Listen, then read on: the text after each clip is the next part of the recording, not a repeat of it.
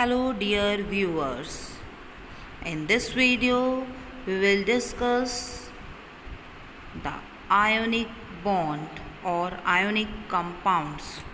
So our first question is, how do ions form? What forms the ionic bond? Balancing the charge in ionic structure. How does the ionic bond relate the structure? So first question is, why do atoms combine? In ionic bond, neutral atoms lose or gain electrons to acquire stable configuration, resulting in the formation of ions. For example, in sodium fluoride, fluorine has 7 electrons in its valence shell, whereas sodium has 1 electron in its valence shell. By transferring 1 electron from sodium to fluorine, now fluorine acquires 8 electrons and it is stable. It gets 8 electrons in its valence shell and acquires negative charge. In the similar way, by losing 1 electron, sodium atom acquires positive charge, and there is electrostatic force of attraction between these two oppositively charged ions, due to which they stick together. In the similar way, there is formation of magnesium fluoride.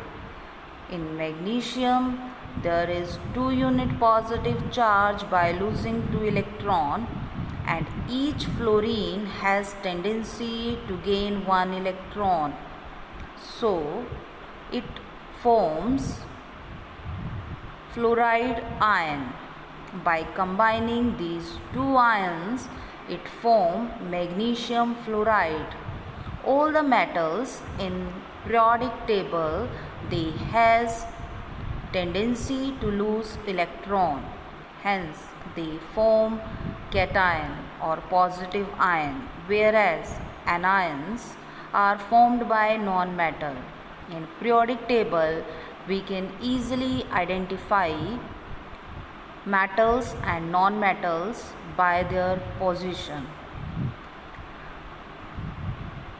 All the metals, they have tendency to lose electron, or they can easily form cations, whereas all the non-metals, they have tendency to gain electrons to complete their octet, hence they form anions. When these cations and anions combine together, they form ionic compounds, or they form ionic bond between them. There is strong electrostatic force of attraction between these two oppositively charged ions. In case of neutral sodium, there are 11 electrons, and in case of neutral fluorine, there are 9 electrons.